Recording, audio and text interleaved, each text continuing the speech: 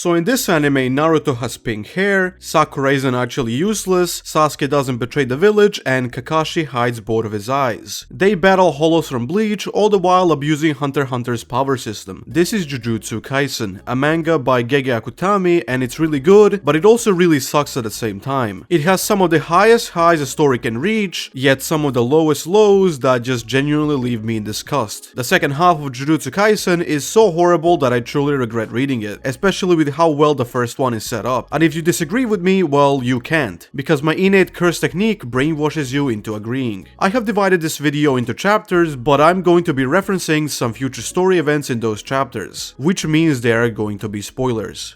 Jujutsu Kaisen begins with a panel of a guy talking to someone on the phone while looking for a cursed object, before cutting to a classroom where 3 students are trying to summon ghosts. Now, what I've just talked about was the beginning of the manga. The beginning of the anime is actually different. In the anime, one of those 3 from the classroom wakes up in a strangely lit room, full of seals and lanterns, and realizes he's chained. A person by the name of Gojo tells him that he's about to be executed, before the scene cuts to a banger opening sequence, after which we see the 3 of them in the classroom. The opening scene in the anime is a lot better than in the manga. This is because it builds anticipation, making you wonder why the kid is being executed and what this all is. Unlike the manga, where there is none of that. If I could compare this opening to something else, it would probably be the opening scene of Attack on Titan, which, while very different in practice, uses the same concept of anticipation and curiosity to make the viewer interested in the plot. This is something the Jujutsu Kaisen anime adaptation does really well, and there will be more cases of this as we go further. Either way, these 3 are Itadori Yuji, Sasaki, and Iguchi. They're basically battling with the club president to save their occult club, which is threatened to be replaced. This turns into Yuji having an athletic duel with Takagi-sensei, showing that Itadori is not just for show. After this, the black-haired guy from the beginning chases after him, having noticed the cursed energy coming from Yuji. Yuji is now with his grandpa, who wants to say something before his death. And this is where I want to make a point. I genuinely think this specific line of dialogue is useless. It is about his grandpa wanting to say something about his parents, and Yuji just does not care. I don't even think this is good comedic relief, because it is what this scene is trying to do. I am more concerned with Yuji's reaction. I would bet every single person would want to hear what this dying man wants to say, especially if it's something involving why this kid is living alone with just his grandpa in the hospital. And Yuji straight up refusing to hear it is kinda weird. I don't have much of a problem with this scene, it just feels like it's setting something up that unfortunately does not get elaborated upon until the end, and it feels very out of place. Either way, this is where the main point of Jujutsu Kaisen is set in place, as his grandpa tells him to help people, so that Yuji may not be alone when he dies. Grandpa dies after this, and the edgy guy, who I will call Fushiguro from now on, shows up to explain what is going on. He explains what curses are and how Itadori has a cursed charm on him, which he hands over to Fushiguro, only to realize that the box is actually empty and the people who have the actual charm are Sasaki and Iguchi. Yuji and Fushiguro reach the school, and Fushiguro enters telling Yuji to stay out. We see that by opening the seal, they have attracted many curses inside the school, and Iguchi was the first one who got to feel the impact of that as he's being eaten by one. Fushiguro kills some curses and reaches the room where Sasaki is being strangled by a curse reaching for the finger, when suddenly Yuji bursts through the window and attacks the curse, allowing Fushiguro to exorcise it. Fushiguro explains that only some people can say curses, usually before death, when suddenly another curse shows up and throws Fushiguro through the wall before Itadori tries to help, but without much effort, he's slammed down as well. This is where we get another change that only exists in the anime, as this fight is actually extended by a lot, giving us more insight into how Itadori fights with something he cannot defeat. And instead of eating the finger while he's on the ground with no stakes, he eats the finger as he's being held and about to be eaten by the curse, making the scene overall more powerful and better. And even if this panel is pretty cool, I wish the manga did this as well. Yuji eating the finger has a minuscule chance to awaken Sukuna, the king of curses, and that is exactly what happens, as his body is taken over by Sukuna, who kills the curse with ease. Fushiguro gets ready for a fight when suddenly his teacher, Gojo, shows up and tells Yuji to let Sukuna take over his body for 10 seconds. Yuji does this and Gojo whoops the floor with Sukuna, before Yuji is knocked out and sent to that sealed room. You may have noticed that I have been explaining the whole plot in detail up to this point, and it was all mainly for this moment, because what Gojo is about to say could have been one of the biggest plot holes in the whole of this show. He says that there are 20 fingers of Sukuna, and the Jujutsu High has 6 of them already. guarantee. These fingers cannot be destroyed and there will not be enough seals to control them. This is where Yuji comes in because he can consume all the fingers and then be executed, completely killing Sukuna in the process. Now on the surface there is nothing wrong with this, but there actually is. We have already seen how these fingers attract curses and how dangerous they can be, and they seemingly cannot be resealed because, as Gojo said, there aren't enough seals to control them. This basically means that the entire world was doomed from the start if not for Yuji's involvement by eating the finger, because as Gojo said, there was no guarantee anyone would survive the deadly poison after eating Sukuna's finger, not to mention being able to control their own body after that. It is also never explained why the Jujutsu school is looking for these fingers before Yuji came along in the first place. We can only guess that they are hiding them somewhere, but even so they would attract curses, right? Well, not really. You see, there's a character called Tengen who has the ability to create barriers around the locations important to Jujutsu, which block curses from entering. However, this is never actually mentioned regarding the fingers, and the barriers only appear way later in the story, which leads me to believe that this was a completely unintentional justification for how these fingers would even be able to be hid. Way later in the story, it is also revealed that some curses were able to steal the fingers from Jujutsu High. Like, why are they even collecting them then? This would have been a massive plot hole if not for Tengen's barrier, but I still think this should have been addressed in this scene to avoid this problem. I don't mind if Gojo just said they hide these fingers in one of the cursed warehouses and that the low-level curses are unable to enter them. That would have been enough to fix this problem, but unfortunately that is never mentioned. What I do mind, however, is how Yuji's school transfer was handled. Yuji visits Sasaki, who is watching over Iguchi in the hospital, and after a brief conversation, Yuji says that there are people coming the next day who can help Iguchi. These people are never actually shown nor mentioned in the whole story, so we never really understand what he means by this. This would have been fine if Sasaki and Iguchi were actually characters that would appear in later chapters, but they never do. Only in one instance where they are completely useless and they never shown again. It feels like the author put them there only to say that they didn't forget about them, and I really don't understand why. I think a better way to handle Sasaki and Iguchi was to make them appear very rarely, but comment on Yuji achievements in the story instead of completely disappearing. Because Sasaki and Iguchi feel like completely wasted characters that were only created to give Yuji something to save in the beginning of it. They don't feel like their own people. And after saying this, Yuji basically just says that meme, "My people need me, I must go," and dips. He never even explains where he's going, and he never even sees Sasaki again. This is possibly one of the weirdest ways to say goodbye ever, and I really don't understand why it was handled this poorly. It is not like Itadori was some quiet kid nobody cared about either. He was literally nicknamed Nishikana's tiger, and everyone knew who he was. I can only imagine Yuji chilling in his dorm in Jujutsu High while his neighborhood is on some sort of massive manhunt looking for him in Wori because he never explained where he was going and just disappeared.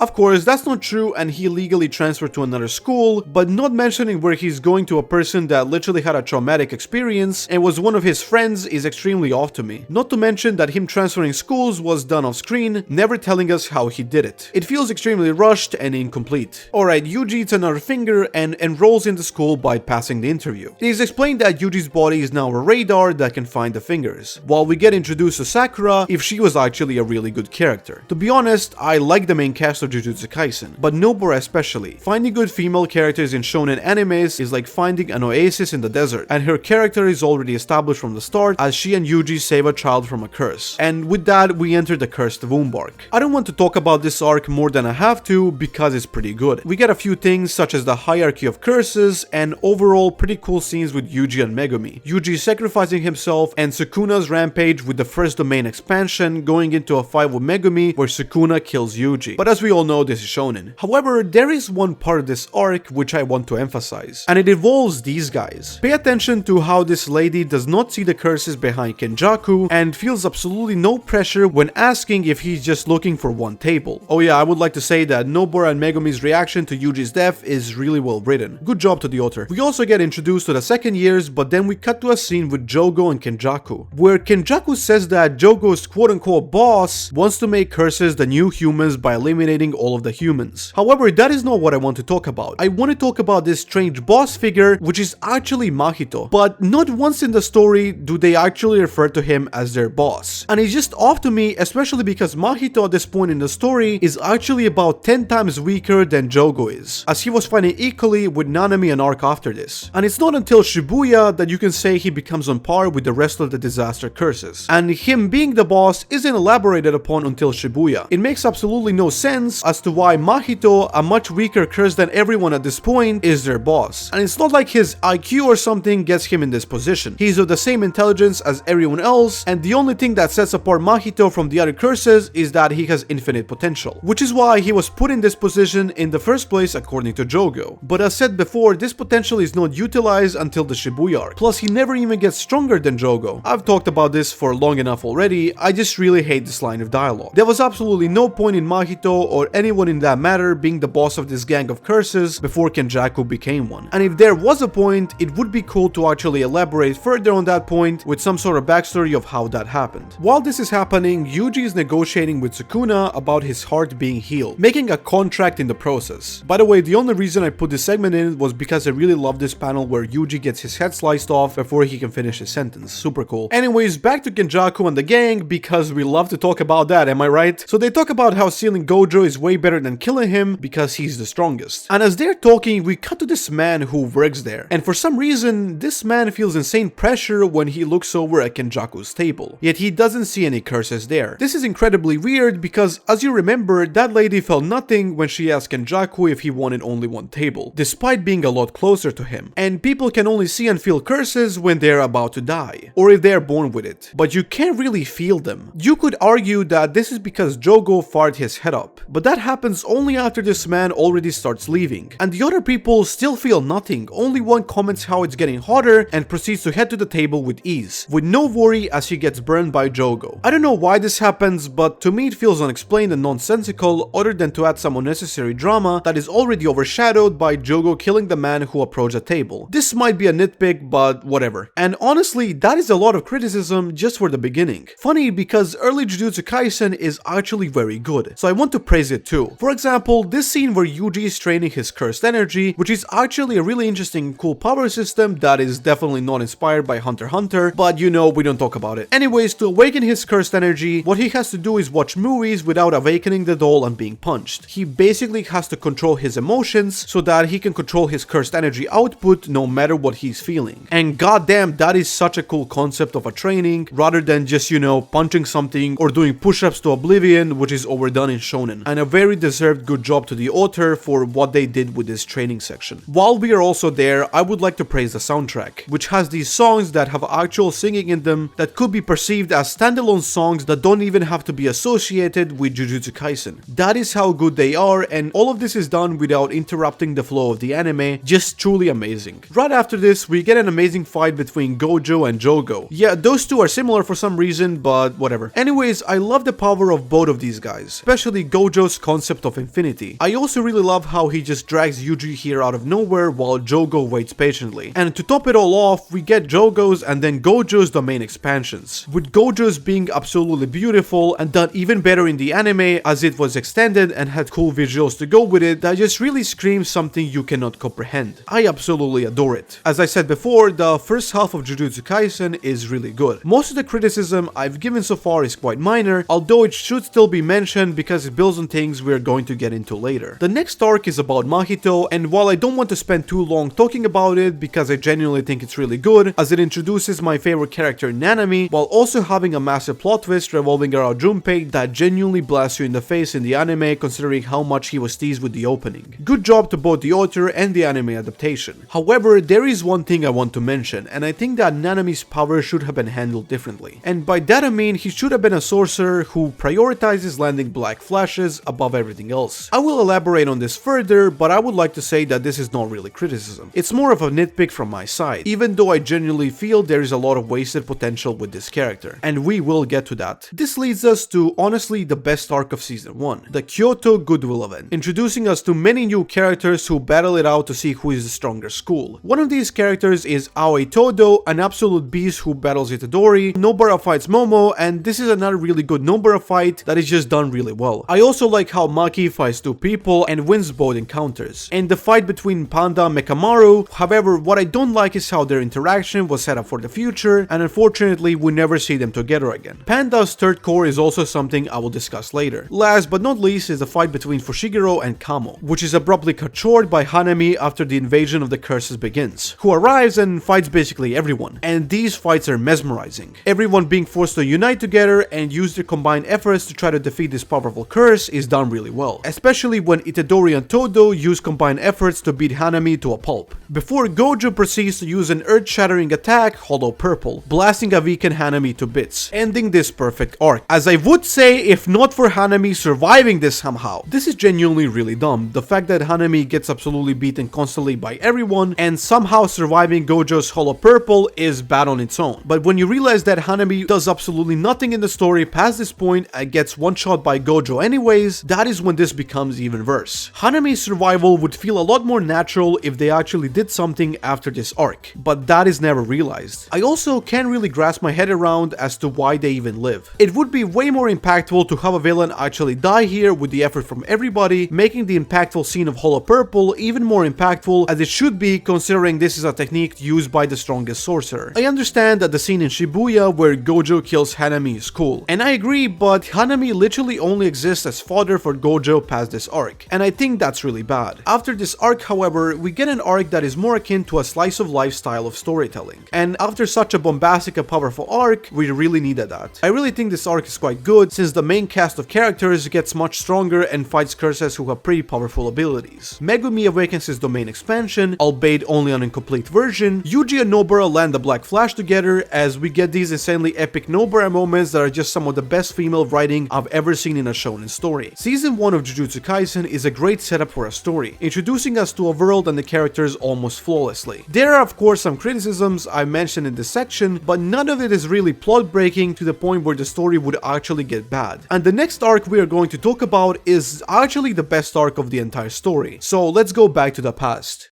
The Hidden Inventory arc begins with Utahime and Mei exploring a haunted house, as a cursed spirit traps them, and we are introduced to the two main characters we will be following throughout, Gojo and Geto. This arc takes place in 2006, while the main story takes place in 2018. It revolves around Gojo and Geto's friendship and their struggles to take Riko to Master Tengen, so they could extend their immortality. The way this arc was done honestly makes me wish for an entire story just about the senior Jujutsu students as they handle their problems. That is how good it is. Due to the fact that this arc is quite small, and because I really have the least amount of criticism out of any arc, I did not want to spend too long talking about it, and I will lay my criticisms at the end. However, I do want to gush about how genius of a character Toji Fushiguro is. The way Toji wears Gojo down with fodder that thinks they can claim an already claimed bounty, knowing Gojo can see everything around him and using that to his advantage against the worn out Gojo is so good. And I hate to say this, but what is also good is subscribing and joining the Discord. Link in description. I also love the fact that Toji has no cursed energy, making him able to pass Tengen's barriers with ease, a perfect matchup for Gojo. Then after this, the way the ending song plays while Riko is telling Geto that she wants to go back, as the music suddenly cuts out and Riko is brutally shot by Toji. It is such an impactful scene as the author knew they couldn't develop Riko enough with so little time. So this shocking moment works extremely well, especially in the anime adaptation. Toji versus Geto is also a really interesting fight. I think Geto's ability in general is extremely cool, and this is the only instance where I will admit that Geto not being able to absorb Toji's worm is good. It's such a badass moment for Toji. Last but not least, I think the final fight between Toji and Gojo is also decent enough. Despite the revival of Gojo being somewhat cliche and weird, I think it was explained well enough to the point of it being acceptable, adding a really good finale to this arc. Also, the way Gojo wakes up at the end and it's revealed that this was all him dreaming about the past is great. However, as said before, I do have some minor criticisms for this arc. For example, I think the side characters should have played more of an impact, especially Shoko, who was set up to be sort of like the Nobara of Gojo's past. But that part is never explored much, as Shoko really plays no role other than just comedic relief, and I think that could have been done way better. The same case could be said for Nanami and Haibara, whose death was done off screen. The reason why this is kind of a big deal is because Mei and Utahime had their moment in episode 1, and unfortunately Nanami and Haibara never get something like that, despite Haibara being quite an interesting character that caused Nanami to change his whole perspective in life. And lastly, the final interaction of Gojo and Geto before he leaves has a really weird atmosphere. They're both talking really loudly, yet nobody seems to bat a single eye on them. And this happens in both the anime and manga, and I just don't understand why. Especially because Yuji and Nobara screaming at each other suddenly has everyone in the crowd looking at them. I understand that this moment is meant to emphasize only these two characters, but my man Gojo is out here screaming about killing things and creating a world full of sorcerers, and not a single person is looking at this, a super easy way to avoid this would have been to just have Gojo and Geto talk in an empty environment instead of a crowded one. Anyways, that's it. This is the best arc in a story. Now on to Jujutsu Kaisen 0. JJK 0 is a one-shot that came before the original manga, which is why I will try to keep this super brief. If you haven't already, I recommend watching the movie as it's actually a great experience. However, it does of course have its flaws, but before we go over them, I want to talk about some inconsistencies. For example, it is implied Rika is stronger than Gojo. For some reason, the first grade students don't have a slight idea who Geto is, and Geto is somehow able to slip through Tengen's barrier undetected. However, I have to mention that this is not criticism. JJK 0 came out a long time before the manga, and I actually really like how it was integrated into the story for the most part. We got amazing fights and the characters were quite interesting. I want you to remember here that Nanami had his moment where he executed 4 black flashes in a row, his last one being a critical. But of course, there's something that should genuinely be mentioned. First of all, in the anime movie, the song Ichizu should have played during the fight of Yuta and Geto, instead of being completely wasted as a post-credit song. This is such a big waste and I can't believe they did it. A similar thing could be said to another great soundtrack, Greatest Strength, which is only played in the beginning of the movie despite having a segment that could perfectly fit into that final fight. This is kind of nitpicking, but it truly could have been better with these additions. Another thing which both the manga and anime do is silence what Gojo says to Geto at the end before he kills him, which is, "You are my best friend." There is genuinely no point to this. I'm guessing it was because this was originally released before hidden inventory, but literally everyone could piece together that these two were good friends in the past. All this scene does is make the consumer extremely disappointed and hungry for whatever Gojo says here. I know I was when I first watched it, and this is just a nitpick from me, but I feel like Yuta was able to control Rika way too fast. Like, being able to do reverse curse techniques despite never learning them is definitely a bit wrong and weird. The ending also shows Yuta in Africa with Miguel, which we will touch upon a bit later. Overall, JJK 0 is pretty good, it could have just been a lot better.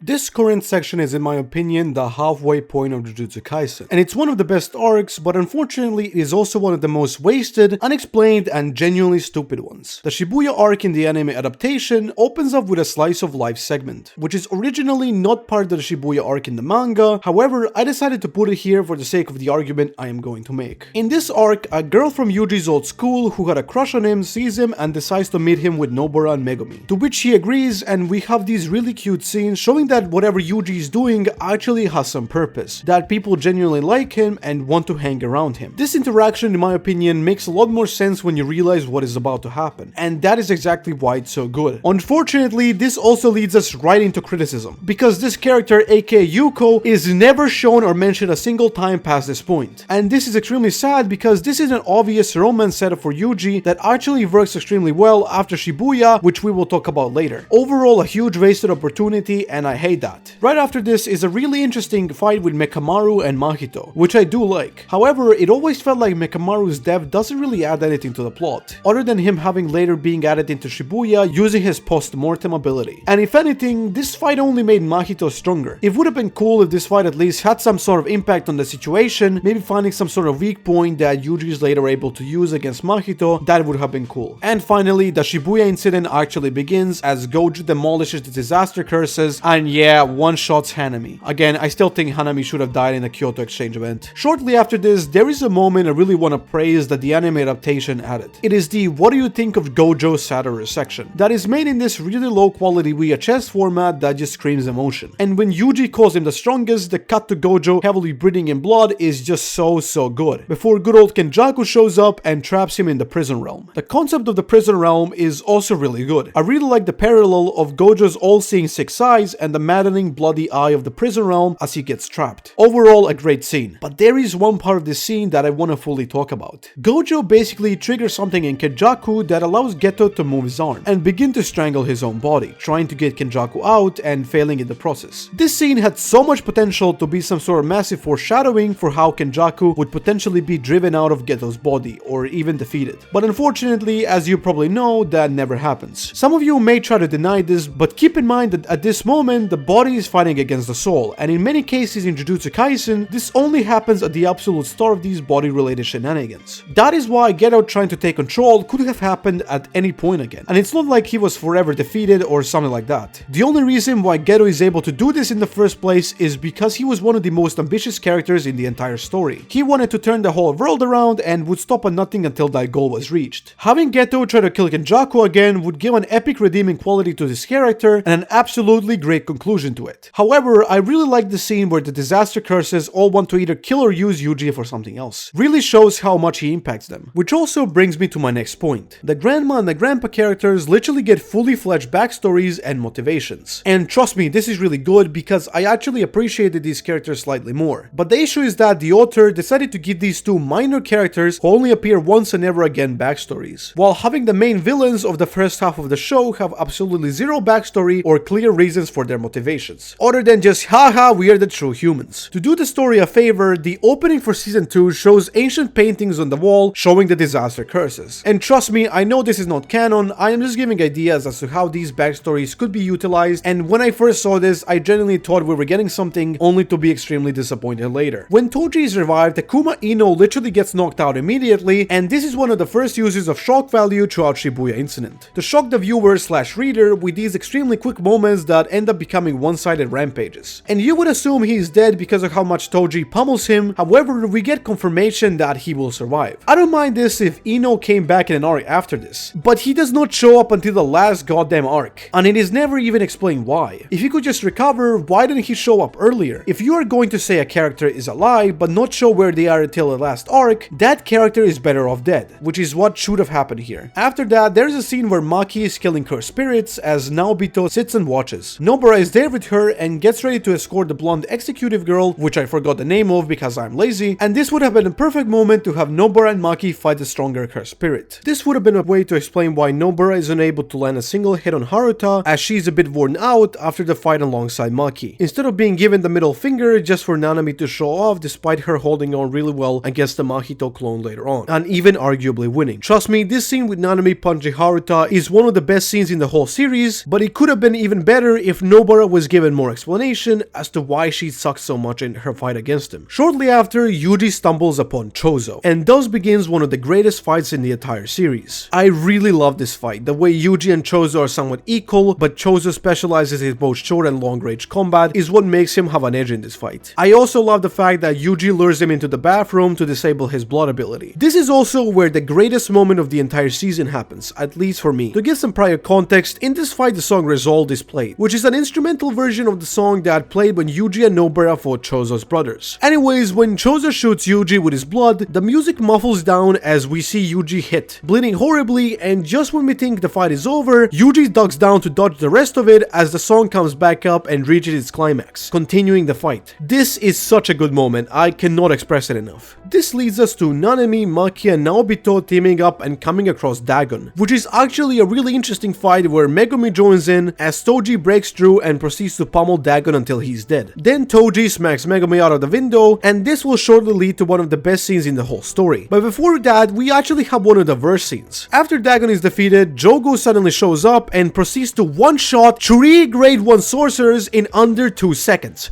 What? This is where the shock value of this arc really overloads, and trust me, to some people that may be a good thing. This scene is definitely debatably really good for the story as it explains how Jogo revives Sukuna later. However, I will proceed to explain why it kind of does not make any sense and how the power scaling in the series starts to break. Let's start about what we know about the disaster curses, which is, you know, not really a lot. All we know is that they're born from humanity's fears toward things. For example, Hanami is born from the fear of the forests, which would also explain why they are the weakest. Jogo is born from fear of the earth, and to this I can only assume it is earthquakes and that type of stuff. Dagon is born from the fear of the sea, and this is a huge fear a lot of people have. And lastly, Mahito was born from the fear of people have for each other, which is possibly the biggest fear out of all of these. By putting this power scale into effect, we should be left with something like Hanami, Jogo, Dagon, and then Mahito being the strongest. However, this is far from the truth, because the real scale is more like Hanami, Mahito, Dagon, and then Jogo being the strongest. But why is this the case? I genuinely don't know. It is never explained. There is actually no way the fear of the earth is somehow stronger than the fear of the sea, let alone other people. Trust me, I know the sorcerers were quite quite worn down after their fight with Dagon, but I really don't think grade 1 sorcerers would fall so easily without any effort. It is actually said before that Naobito is faster than Jogo, and it's also why I said before that Nanami could have been a sorcerer that utilizes black flashes to their fullest potential with his critical hits, meaning that we could have had a really good fight here against Jogo. I genuinely think these three being knocked out here is actually good, but Naobito and Nanami feel like such wasted characters that just could not even get a single decent fight in this arc before being killed off. They really should have at least had a struggling battle before falling. I also don't mind if Jogo is the strongest out of these curses, but seriously man, give him a reason to be, instead of just making him like that for the sake of it, raising the shock value to oblivion without thinking about it. Alright, rant over, let's go back to the good moments. Toji versus Megumi. Man, what a brilliant fight. The way Toji does not want to immediately kill Megumi, but is more so testing him throughout the whole fight is great. Especially the last moment where Toji literally stabs himself after hearing that his son did not take the Zenin surname. Brilliant. I love this conclusion to his character and the fact that he did care about his son a bit after everything. At the same time, Sukuna is resurrected, and the fight of Sukuna and Jogo begins. And you could even say that this is a one-sided rampage, as Sukuna whoops the floor with Jogo. This is a really good fight, especially in the anime adaptation. Super well animated and fun to experience. When Jogo dies, there's also a great parallel between Sukuna and Gojo. Gojo calls Jogo weak, while Sukuna praises him that he gave a better fight than a lot of people he fought. This all leads to the absolute climax of the arc, and possibly the greatest episode of anime ever produced. And yeah, I am not exaggerating. If there truly was something I think is more perfect than this, I would have to think a lot. The episode goes far and beyond anything I've ever seen, and that's far from where the praise ends. Haruta attacks the weakened Megumi from the back as usual of his character, which forces Megumi to summon the greatest Shikigami of the Zenin clan, Mahoraga. This is where Sukuna is forced to defeat Mahoraga to keep Megumi alive, resulting in an absolute spectacle that demolishes more and more of the city as the two fly through buildings and destroy each other. There's so many good details in this fight, such as the way slashes are done at first, not being shown on screen as Mahoraga gets demolished, before being able to adapt to them and we see them more and more, or the way Sukuna poses as the whole city breaks in this absolutely evil energy. I also have to praise the great soundtrack accompanying it all. The greatest scene in my opinion is in the one where the plane is falling and Mahoraga is flung across the plane, as Sukuna hits him with a plane wing, causing him to fall in water. I don't understand how you can reach such good animation. I would also bet that the scene where Sukuna uses his domain would also be my favorite, but unfortunately the narration kind of ruins it, although this is just a nitpick. Overall, the best adapted fight scene in the whole show, and the fact that this is not the end of the episode is even better, as we see Yuji laying on the ground in despair looking at the destruction Sukuna caused as the opening song plays in the background. Such a good fucking episode. Unfortunately, it does not remain this way, as the animation quality really drops in the next one. However, I do not want to use this as criticism towards the anime adaptation. It is well known that the animators were overworked to hell at this point, and the fact that the animation quality even goes back up after this deserves a lot of praise. Anyways, after this, there is a fight between Nobara and Mahito's clone, in which he does extremely well in. At the same time, the best character Nanami also dies, and Yuji fights another half of Mahito. This leads to Nobara chasing the clone as they swap places, corrupting Nobara's soul and basically killing her, as we get a really deserved Nobara backstory beforehand. However, Nobara's quote-unquote death was extremely undeserved. Keep in mind that up to this point, the shock value of this arc was already through the roof with the Jogo scenes and Sukuna, and there was absolutely no reason to keep it rising. Nobara should have been knocked out or damaged at most, which was actually teased by that one guy who came with Todo to assist Yuji soon after. But Nobara only comes back in the last arc, and this is a very similar case to Ino, and I don't understand why Gege didn't just either keep her alive or kill her. I also want you to remember that Nobara made a promise that Fumi, Saori, and her could be together again. Also, on an unrelated note, I would like to add that they stopped using the soundtracks that have lyrics inside of them in season 2, which is honestly a huge nitpick, but it's such a shame, because it was a super original thing not really done in many animes, and I think it could really fit in a lot of these scenes. Yuji's reaction here is something that's really real, honestly, and I really like it. I also think Todo coming along and getting Yuji pumped up to fight Mahito is also quite good, and there's a really good scene where the ending song plays as they all reach their fullest potential in combat after a series of black flashes from all parties. Overall, this fight is extremely good, especially the part that was only added in the anime adaptation of Todo having a vision punching Mahito with the idol he loves, which is actually just a swap for Yuji to punch Mahito. This leads to Mahito finding absolute perfection and evolving into this form that just looks so cool. Yuji wins this fight with a Todo fake out, and we get one of the most satisfying moments in the entire story as Yuji finally scares Mahito, the one born out of fear. This is where Kenjaku shows up and absorbs Mahito, and I won't go in depth to what happens here, but most most characters who didn't have a time to shine come here and actually try to do something. Also, the fight of Chozo against Genjaku was pretty cool. However, there is one last moment I have to criticize in the Shibuya incident, and it's Yuki. It is never explained where Yuki was during Shibuya and why she comes in so late. We know Yuta was abroad the whole time training in Africa, but we do not know about Yuki. And we saw her hang in Tokyo quite often, considering she saw Todo before and talked to Gero in school. I don't really understand this. After this, Genjaku leaves as the Shibuya incident comes to a close with Yuta declaring to kill Yuji, Gojo being deemed the criminal, and the principal bound to be executed as Yuji gets ready to move forward. I also really like the section where they show us the aftermath Shibuya caused. It makes the world feel more real. Overall, a lot of mixed feelings, some of the highest highs and some of the lowest lows I have seen so far. This is originally where I stopped following Jujutsu Kaisen when it aired, and I only read the manga as I was producing this video. I think the positives of Shibuya outweigh the negatives, and while they cannot be ignored in the slightest, the overall impact of this arc is still quite positive. Is it better than any other arc we have seen so far? In the eyes of a lot of people, probably, and I can see why. These chaos arcs in Shonen is something I and a lot of others really enjoy, and this one was done pretty well. Now we shall begin to set foot into the second half of Jujutsu Kaisen, where the writing quality begins to drop down rapidly.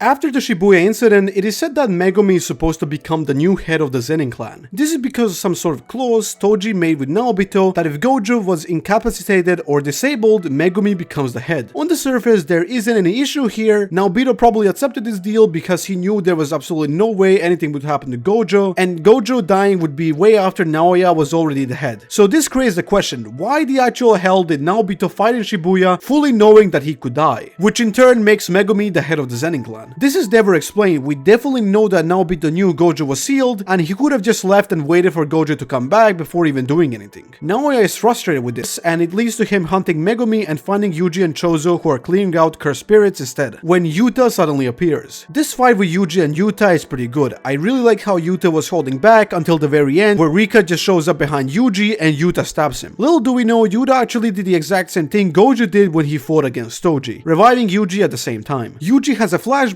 we will talk about a little bit later, and Yuta explains to him that he made a binding vow to execute him, which does make a lot of sense. Megumi shows up and explains how Kenjaku plans to host the Culling game, and this is where this arc basically ends. The only real criticism I have here is the fact that Megumi seems so nonchalant and unfazed by whatever just happened, whereas Yuji's reaction makes total sense. We know that Megumi is not this cold. He fell down even when Yuji first died despite only knowing him for about 2 weeks, so this is just weird to me. Now, here it is teased that Nobara unfortunately did not survive the Shibuya incident. Keep in mind that this does not really make sense, as he was teased differently. It's like if the author changed their mind at the last second. Now the goal is to find Tengen, and we see Maki's new design, and holy shit, I love this character. It is said that Chozo's technique is how they would be able to bypass the barrier without alerting anyone. However, it is never actually shown what Chozo does to do this. It just cuts to when they are at the cursed warehouse inside of the barrier. Like what? Anyways, here is where I want to go back to the beginning of this goddamn video and talk about Sukuna's fingers again. In Tengen's place, we see these cursed warehouses where cursed objects are stored, and I think piecing together that this is where Sukuna's fingers were stored is not hard. However, I cannot believe it took the story 144 chapters to even give us an assumption that the fingers are stored here. I can't complain too much anymore because during the Kyoto exchange we are shown these warehouses and that's where the fingers were stolen from, but come on, this could have been said in the literal first chapter. Well, enough about these fingers, let's go back to the actual arc. They find Tengen, who explains the Culling game, and honestly this explanation is really confusing. I understand Tengen is supposed to be this wise old type of character, but the issue is the main characters seem to completely understand what they're saying, and I find that just slightly off. However, the concept of the Culling game is actually really cool. It's similar to a tournament arc we see a lot in Shonen, but completely original and unique, and we will get more into that later. Going back to the Naobito part I was talking about, Maki mentions how Naobito wanted Megumi to inherit the Zenin clan. I guess we can assume that Naobito saw the potential Megumi had and decided to give him the clan, but again, it is never explicitly stated that this is the case. This is just a really weird plot point, and I am done talking about it. Here is also where a massive plot turning point happens where Maki gains the same powers as Toji. And generally, I don't really think there's anything bad with this. However, what I do have gripes with is that Mai's character was not fully explored before she sacrificed herself to give her powers to Maki. When she died, I genuinely could not bring myself to care, and I feel like that just sucks. She should have had more time to develop as a character and have more impact on the reader. Anyways, Maki absolutely wrecks the Zenin clan with these powers, and while I would prefer to see Maki gain these powers gradually and not all at once, I don't think it's done badly. I think it's decent at best since Maki is just so cool, and I'm willing to let that slide just for that. The sheer impact of this clan genocide would surely cause massive consequences in the Jujutsu world, especially with Megumi being the new head. And I can't wait until they are shown, and this is never elaborated upon. Anyways, Yuji and Megumi visit the budget fight club and meet Hakari, who is a pretty cool character, and it's where the Culling game arc finally begins. Now, before I start talking about it, a huge criticism I have for this small post-Shibuya segment is the fact that it does not last longer. There was such a huge potential to put a time skip here where Yuji, Megumi, and everyone else would grow as characters and become more mature. Keep in mind that throughout all of this, Yuji is only 15 years old. I don't think someone who is 15 years old would be able to recover this quickly from watching everyone die in Shibuya and even before that. It is one of the biggest issues I have with this story, and it is the fact that it just moves way too fast. The Culling game could have easily been delayed if the author wanted it to be, and it would even make more logical sense for it to be taking longer to prepare on Kenjaku's side, in which it would be cool to have a time skip where the main characters become stronger and more mature. Even if there is none here, we could have easily had more slice of life chapters after Shibuya, similar to the ones after the exchange event where Yuji would just be recovering like a normal person instead of immediately being like he was before, showing little to no development from anything that had happened. And the potential of this slice of life is definitely there. Where is Yuko to comfort Yuji while building their romance? Where are the Kyoto students, and especially Miwa? Where are Iguchi and Sasaki all this time? Shouldn't they at least be slightly weirded out from what had happened and want to speak to Yuji? Why is there no actual training since the first goddamn arc? Why did Yuji not get a proper technique yet? Shouldn't he have inherited a weaker version of Sukuna's cleave by now, considering Sukuna ate over 15 fingers? It was definitely foreshadowed since the beginning. What are the actual consequences of the Shibuya incident? They were only hinted at by Mei Mei and never touched upon. It's these little things that could make this story so much better, yet they're just not realized. And there are so many of them. It makes me so disappointed that this story genuinely had so much potential it started to waste here. I was actually considering Yuji to be my favorite character during the Shibuya arc, just due to how much he was forced to adapt and change, and the main character being my favorite is super rare for me in Shonen. However, as I said before, all of that development is thrown in the water as soon as Shibuya ends, and unfortunately, it only gets worse from here.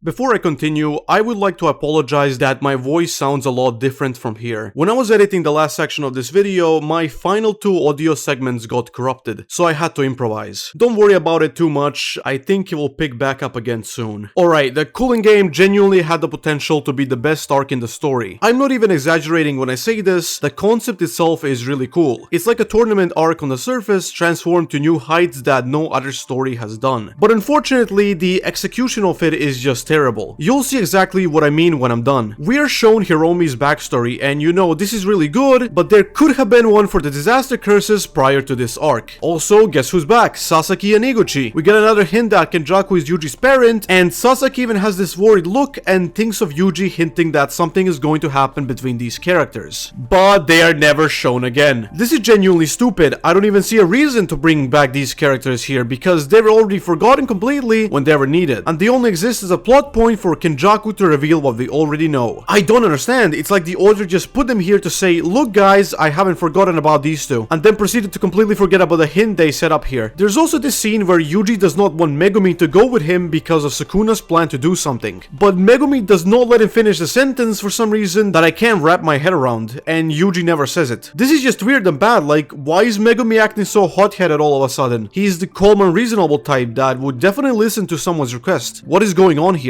Anyways, Yuji and Megumi enter the games, and Yuji fights these flying guys as Megumi follows some girl who leads him into a trap. At the same time, Yuji meets someone from his past and finds Hiromi. The fight between Yuji and Hiromi is unironically one of the best fights in the entire story. His domain expansion is so cool, and the way he uses laws to his advantage is extremely original and unique. It's one of those fights that genuinely feel really good at just experiencing them, similar to Yuji versus Chozo. And the reason why this one works even more is because Hiromi is actually given a fleshed out backstory, something that is incredibly rare in the story, and this might be my favorite fight in the entire series. The next fight is Megumi versus Reggie Star, and I don't really want to say much about this fight other than it's okay. A lot of mind games between these two characters leaning into the I outsmarted you're outsmarting type of battle. Not a huge fan, but it's not done badly. My main gripe with this fight is that there is absolutely no backstory for Reggie or his group, and that sucks considering that they are quite a big threat. Takaba also makes an appearance, and I think the character overall is not too bad. We will talk more about him later. Now it cuts to Yuta's part of the story, and we get this tease where he claims he's going to kill Kenjaku. This is quite a high panel, and you would come to the conclusion that a fight between these two is most likely going to happen. But unfortunately, it never does, and leads to an extremely disappointing conclusion, which we will discuss later. This is one instance of a hint that never goes anywhere. However, seeing Yuta fight again is great. It truly has been a while since JJK 0, and it really shows how much he has grown during his time training in Africa with Miguel. The issue I have here is similar to the one earlier, is that these villains lack any backstory. We do get these panels where the villain is hinting on their backstory, for example when Ishigori is talking about something from his past, but stopping to continue the fight. It's literally like the author is teasing us by not giving us the full piece, and I hate that. I cannot find myself to care for the fight that much because there are no stakes. We don't know why the villain is fighting, nor why they are even reincarnated. All we are teased is that they have some sort of regrets, which are never elaborated upon, and that is horrible. No matter how cool the abilities of these villains are and how much of a spectacle their fights turn out to be, I will never find myself caring much about them as characters. However, when Yuta decides to summon Rika and mimic Inumaki's cursed speech, I praise that moment because it is genuinely really cool and we know who Yuta is and what his goals and motivations are. Don't get me wrong, the fight itself is far from bad. Hell, most fights in Jujutsu Kaisen are really good and unique, but this fight would have been so much better if these two were given some sort of backstory like Hirome had. Especially with how much it was teased, but you know, that does not happen. An even bigger issue is when Hakari fights the manga guy. I don't care how cool this fight is and how cool Hakari's domain is, since it is pretty cool. The issue is that both of these characters lack any backstory and established reasons what they are doing what they do. Hakari is of course a bit more elaborated upon, but all we know is that he wants to help the Jujutsu High achieve their goals. We never see where he comes from or why he acts the way he does. This would have been a great moment to put his backstory in, or just a slice of it to let us know that Hakari is more than just a musclehead meant to move the plot. A possible reason why these backstories are not realized is because of the sheer quantity of characters being introduced. However, this is kind of disproven considering how everyone in Kyoto had some sort of backstory before, and how literally the four major villains of the first half did not get one that could have done them justice all at once. It is lazy writing and just stupid to me how Hakari did not get a backstory in the whole manga, not just this scene. Remember when I said that I will discuss Panda's third core? Now it is a time. The third core does not exist. I don't mean that literally, he uses it against Kashimo, but he cannot even do a single thing before it is defeated. You know, this would have been fine if this ability was used again, and this is more like a teaser since Kashimo is just extremely strong, but guess what? It is never even mentioned again. We do not understand anything about it. This is Panda's last real fight, and it isn't even a fight. This is horrible. Panda becomes such a wasted character past this point who never fights again, and that is even worse considering how Yaga's death was set up for him to grow as a character. I despise this. I don't know why it was done the way it was, and the funniest thing is how the author decided to give Panda an extended backstory, exploring further than what we know prior, even though Panda had somewhat of a decent backstory already. I'm just saying, if there is time to create a fully new backstory for Panda, there surely is enough time to add some smaller backstories to all these villains who deserve them. Actually stupid. Hakari versus Kashimo, alright, decent fight. This fight follows an inversion of what I spoke about prior about how the protagonist of the fight has a backstory and the villain does not. In this case, it is the exact opposite because we get some small backstory with Kashimo, and I can honestly go behind it as he just wants to fight strong opponents, especially Sukuna, which ends with Hakari negotiating that with him. Okay, fight, nothing much to say. Hakari likes the backstory though. Anyways, Kamo Noritoshi and Maki. Dang, I have extremely conflicted feelings about this. I don't know why Kenjaku really cares about his old clan or whatever, but I do not want to talk about it as it's really useless and just consider the plot filler point. It is never elaborated upon after Noritoshi is kicked out and it sucks. Maki fighting Naoya again is kind of lazy, and instead of giving her a new opponent, reusing an old one is stupid and I do not like it. Even if Naoya is different than before, it is still the same opponent. If the author really wanted to bring back Naoya, he should have fought someone else instead, because I agree that it's cool to use the concept of cursed spirit after death again, after it was mentioned once during Kyoto Exchange. However, I do like how Kamo is given some fight time here, but Maki's realization of what she's missing feels super fast and rushed. It is a good concept in theory, and I like the comparison between her and Toji, just way too rushed and unexplained. Yuji and Megumi end up finding the angel, and we get this flashback of Kenjaku talking with the governments of the world about things. Frankly, when I first saw this, I was genuinely really excited. The plot was starting to go somewhere bigger and better. However, of course, as we all know at this point, this does not really lead anywhere. A big issue when upping the stakes like this by introducing the government and the military is that you have to up the stakes in many other areas. For example, now that they know about curses and stuff, where are nukes, bombs and all that stuff. Everything here feels extremely rushed and not properly thought out. Kenjaku's actual goal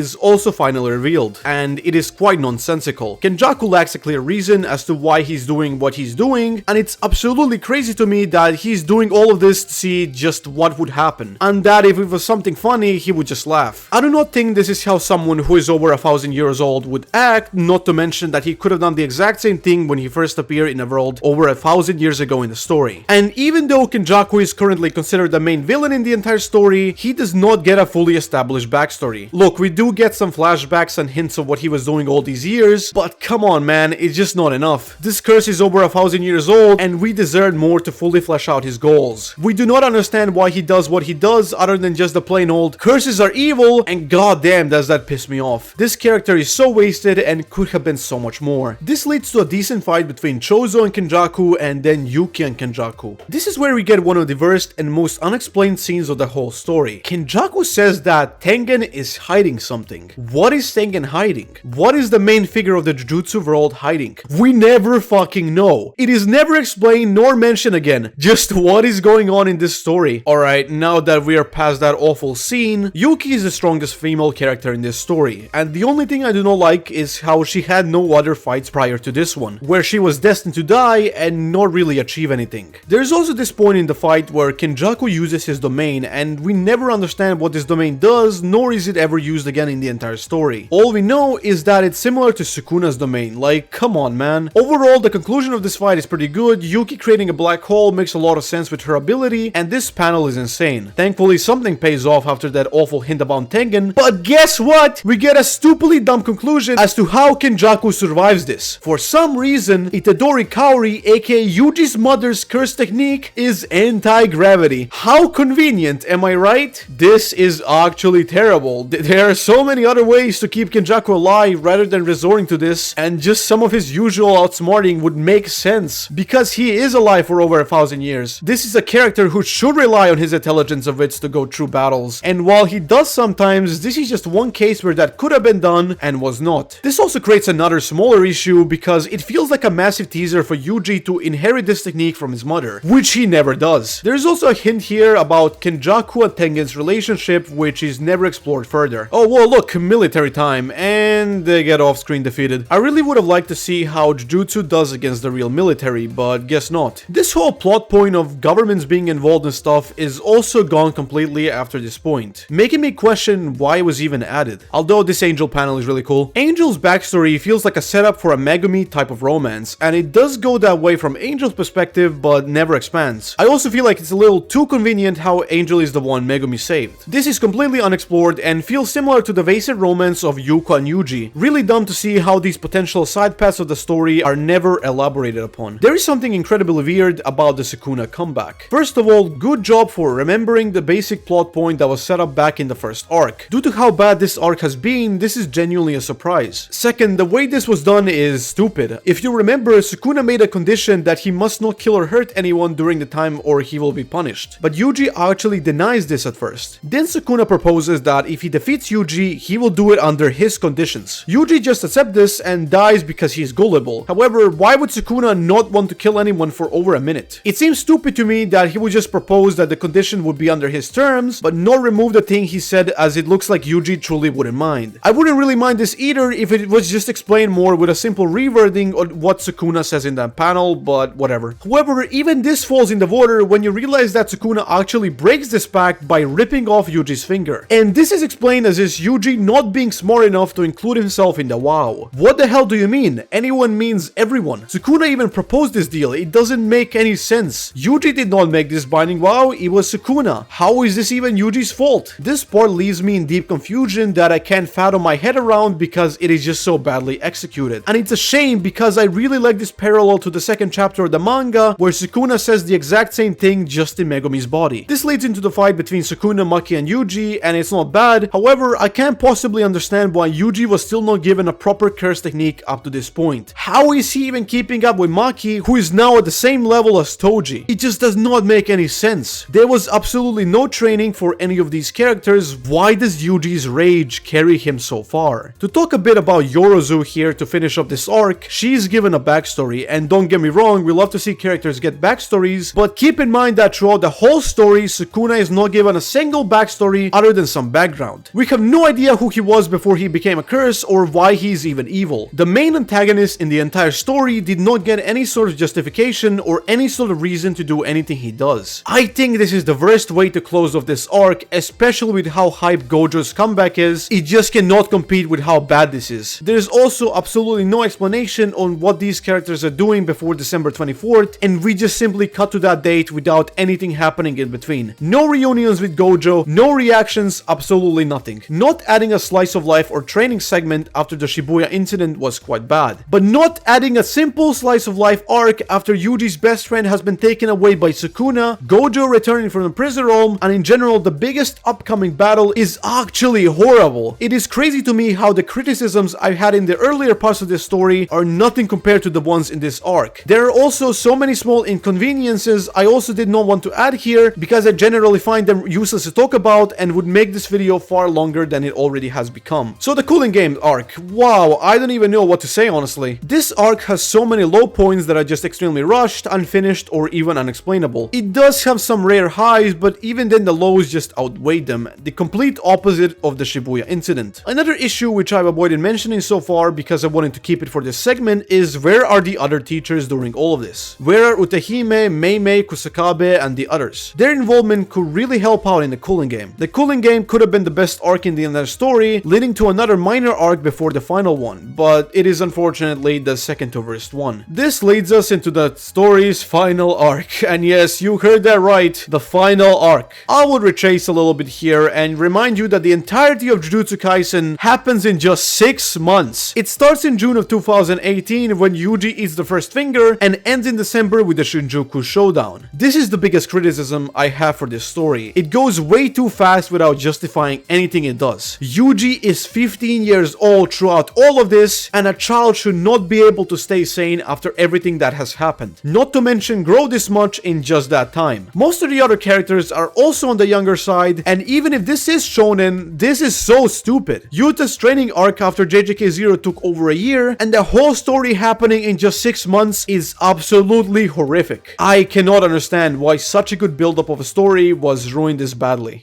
When I say that the worst arc in Jujutsu Kaisen starts off with a banger, I mean it. Sukuna vs Gojo is arguably the best fight in the story, but that's not because of the writing, more so the setup. This fight has been set up since the beginning of the story, and of course bringing it into reality is great. However, this fight is rushed and happens way too early. That does not ruin the quality of it. In fact, I don't think there are many ways this fight could be improved, but keep in mind that the fight could have had way more impact if Gojo had been given more time to do anything with his life, rather than just being sent straight into the battlefield. Remember when I talked about Ino during the Shibuya incident? Well, guess what? He appears and asks for Nanami's weapon. Again, I have no problems with this. What I do have problems is the fact that this is the last arc, and this guy has been doing absolutely nothing before this point. I don't understand why the author would even bother reintroducing him so late, especially when it was said that he would survive and come back after the Shibuya incident. Gojo vs Sukuna is a roller coaster. This fight is genuinely good. I really like the parallel of Gojo showing off to his students like he showed off to Megumi in chapter 2. And the fact that both of these characters use over 4 domain expansions in a row, a mechanic that was underutilized in the series in general. Gojo landing the Black Flash, pummeling Sukuna as he summons Mahoraga was one of the greatest moments in the battle, and not to mention the final Holo Purple Gojo lands on the whole battlefield, as we get the indication that he's about to win. Then in the next chapter, we see Gojo's body cut in half as Sukuna explains some bullshit way he cut him that we did not even see. Off-screening Gojo's death is one of the worst things the author could have done, and it makes this conclusion cheap as hell and there is no payoff. At this point, it is well known that the last arc of this story and the conclusion of this fight is pretty bad, so I don't want to go too in depth about it. However, I will mention that the concept of the afterlife is stupid, and I don't understand the reason it was even added into the story. All that happens there is Gojo for some reason glazing Sukuna despite having the upper hand for most of the fight, and would have won if not for an off-screen moment that wasn't even shown. Gojo was sealed for over 100 chapters characters and only brought back to die in the most anticlimactic way ever. Absolutely awful character writing. We all knew Gojo was going to die eventually, but at least giving such an impactful character a proper cool death could have been done. Takaba versus Kenjaku, decent fight. It's similar to the fight between Hiromi and Yuji, and guess what? Takaba actually gets a backstory. This is why this fight is genuinely fine, it is unique and I like that. But honestly, it just happened so late into the story to care about it much. Especially when Yuta shows up out of nowhere at the end and kills Kenjaku instantly without any effort. This is just awful. Yuta was set up to fight Kenjaku in this epic conflict since the Culling game, and the fact that this is how it concludes is trash. Keep in mind that with Kenjaku's death, the whole merger plot also falls into water and is completely forgotten. Meaning that the only obstacle right now is Sukuna. Despite Kenjaku clearly being set up for something far greater, it becomes forgotten and ignored. And because this fight was completely dropped, Geto couldn't have drained Kenjaku out of that body or strangled him to death again. Very sad. When Hiromi uses his domain expansion, for some reason the thing that is seized is the tool and not the curse technique. This is the biggest plot armor for the villain ever. I can't believe Hiromi somehow didn't encounter a single person who wielded a curse tool in those colonies, or has not learned the basic rules of his technique despite being a lawyer, and then he blames it on a lack of battle experience? What happened to all those people he killed in the colonies during battle? What is going on with this trash? What proceeds to happen next is the author deciding to sacrifice writing for the fight, giving us an absolute spectacle where everybody goes against Sukuna. But this makes the fight drag on and on as Sukuna keeps pulling up some non-existent aces up his sleeves, as Uraume says that for some reason he hasn't even used his full power yet despite everything we have seen. I can't understand why the author gave so much plot armor to the villain, but it is what happens here. Some of these things Sukuna does have no explanations other than the fact that it's Sukuna, the king of curses, and he can do whatever he wants, I guess. Most of these reappearances are kind of fine, like Miguel, who was forgotten for most of the story, is finally back to do some damage. However, this is where something actually horrible happens. Yuji uses a curse technique against Sukuna, the blood manipulation to be exact. It took Yuji 206 chapters to gain a simple curse technique. I do not understand why it took this long, not to mention the fact that this happened so close to the end of it all. Such a stupid moment in the story, I hate it so much. And right after this, we get one of the worst plot twists, possibly the worst one in fact. We get a flashback where Sukuna reveals that Itadori's father was actually a reincarnation of his twin.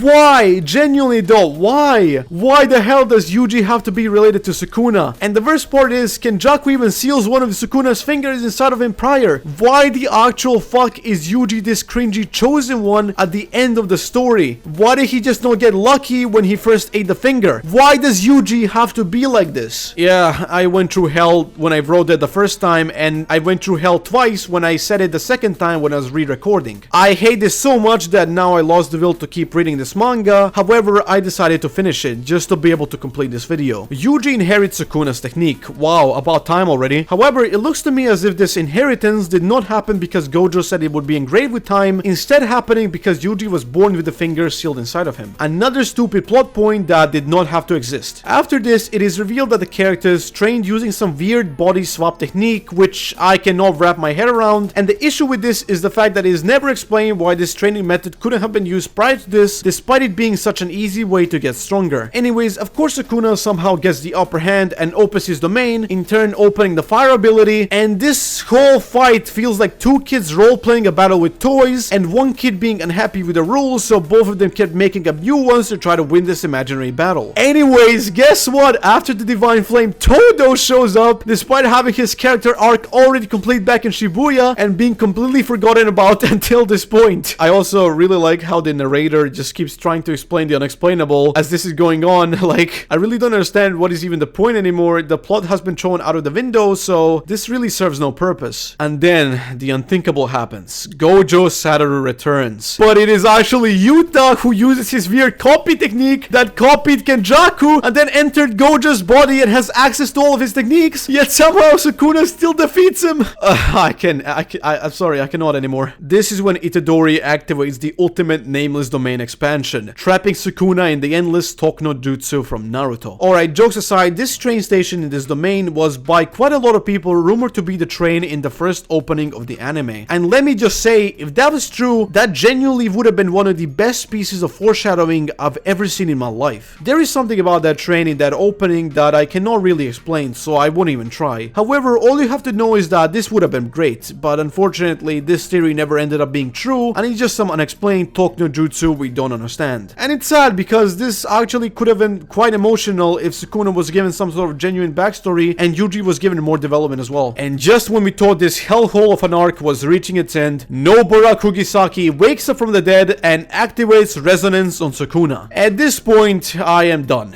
I do not understand why Nobara was even thought of being brought back. You probably have heard this many times, but this is it. This is possibly the worst plot twist in Jujutsu Kaisen for a lot of people, and while I do not think it's as bad as Yuji being the chosen one, it is fucking bad. Nobara had been teased to be alive during Shibuya, and in my opinion should not have died during that arc. She was completely forgotten about post Shibuya and only appeared in this arc to deliver this final blow on Sukuna, somehow being completely stable and not questioning a single thing that had happened. This right here is the thing that makes this arc twice as bad as it already is, and it will go down in history as one of the worst finales in Shonen. Please do not bring back characters you have killed, unless there's a good and justified reason, of course. And well, the finale, I don't have any words anymore. I guess I'll try to be serious for these last few chapters that are left, but I am just completely exhausted and flabbergasted. The last few chapters of JJK are a poor example of how not to handle inconsistencies and plot holes within the plot. We are shown the grave of Megumi's sister, but Gojo does not even get a proper burial. Megumi learning about his father is so rushed to the point it is actually so useless. What happened to that setup with Kamon's clan? What are the consequences of killing the Zenin clan? What the hell happened with the merger? Remember when I said Nobara's backstory had some value? Well, Nobara never fulfills her promise with her old friends, and that backstory does not matter anymore after the ending. And just what is this weird Mahito Sukuna scene at the end? You know what? I am not even going to comment on it. I am done. This sucks. The final arc of this story is the worst one by a huge margin, and unfortunately, I am not excited for what this author plans to do next. I can only hope the anime adaptation brings some justice to these awful moments, but even then I have my doubts, especially with how terrible the working conditions were for season 2. I wanted to like this story a lot. I thought it had immense potential that I just never fully realized. To close off this video, I will just say the following. The story about giving people proper deaths never gave a proper death to one of its main characters.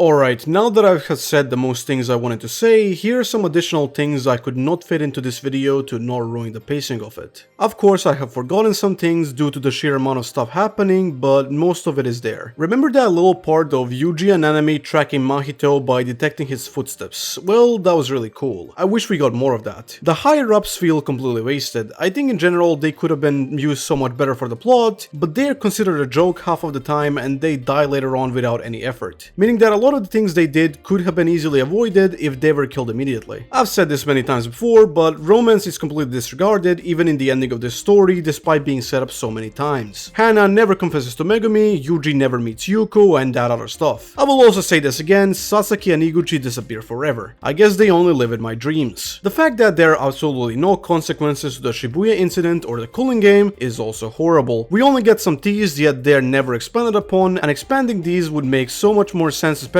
when governments were introduced, yet somehow nobody seems to see what is going on in Japan during the Culling games in the entire world, or even worse, the Shinjuku Showdown. A lot of the characters lack backstories, but I've not really mentioned development. Hakari is the worst case to this, as he gets absolutely no development in the entire story, and an absolutely worthless fight against Uraume that leads nowhere. Uraume is also a basic character who never learns anything and even yaps at the end about how everyone got lucky. That really sucks because I like their design. There were a lot of hints about Kenjaku taking over the plot and becoming the main villain. And in a lot of people's eyes, including mine, this would have been the better option, especially since Sukuna just does not hold his ground by the end. Megumi's domain expansion was never completed. This feels like a huge waste of his powers because he was overtaken by Sukuna way too early in the story. In general, there's a lot of underuse of domain expansions in the story despite how big they are in terms of battle. Speaking of Megumi, his sister is never really explored as a character. There were teases of it during the final arc before Shibuya, but she's barely shown after that, and I just could not bring myself to care about her during the Culling game. I don't even know, like, what her name is, honestly. This is more of a personal opinion and far from criticism by any means, but I wish Yuji and Sukuna had a moment where they were forced to team up together to achieve a goal. I understand that this wouldn't really have an extremely good explanation, but since the plot is thrown out the window later on, there is no issue in adding it, let's be honest. In the community, it is also widely believed that Gege fired his editor after the Shibuya arc. However, no matter how popular this is, I could not find an official source for it anywhere everywhere. Before Jujutsu Kaisen, there existed a prototype called Jujutsu Kaisen, which basically made the Jujutsu High an actual company, and while this does sound better on the surface for the original plot, it was declined by Shonen Jump before it could grow any further. This sucks, but I genuinely don't think the scope plot was bad, it's just that it wasn't fully realized and explored really well. Lastly, a lot of people theorized that there would be either a sequel or a prequel to this series due to the horrible ending. And I'm just going to be super real here, a sequel would ruin the story even more than it already is. I don't understand how the author would justify any of this in a sequel, not to mention that the main threats are literally gone and introducing new ones would be extremely difficult, not to mention stupid. A prequel about the Heian era is very well possible, however, but I wouldn't place my bets on it being interesting. Keep in mind the Heian era is mostly just Sukuna being Sukuna and killing everyone. I don't find a very great story in that, except the setting of it being before the modern times. I don't really think Gege is a horrible writer, I just think he has a lot of flaws. Shonen Jump schedules are hellish and I don't think anybody can debate that. However, when you throw the plot away just for the sake of having an insane battle, it creates a huge issue where the characters become plot devices that only exist to battle and have absolutely no development. I hate the last arc of JJK, but I do not hate the whole story. In fact, I really liked it until post Shibuya. And if you still like it despite reading the ending and watching this whole video, all the power to you, because I wish we could relate. Jujutsu Kaisen is one of those shows that reignited my love for anime back when it first aired, and it is one of the reasons I gave a lot of other shows a chance back when I thought that the only good anime is One Piece and everything else sucks. It is such a shame that Jujutsu Kaisen genuinely became terrible, and I can only hope the author learns from this and adapts in their next manga. I'm hoping he becomes Mahoraga. I don't really know how to close off this video, so let's just end it. Thank you for watching. It took an awfully long time to make this video due to the sheer length of it and the fact that I've had to delay it and redo the two final sections, but it is definitely the favorite video I've done so far. I will try to release another video by the end of the year, however, with this delay I'm not sure that will be likely, so we'll see how that goes. Consider subscribing if you enjoyed it and join the Discord to debate anime with me. And as always, take care of yourselves and have a good night.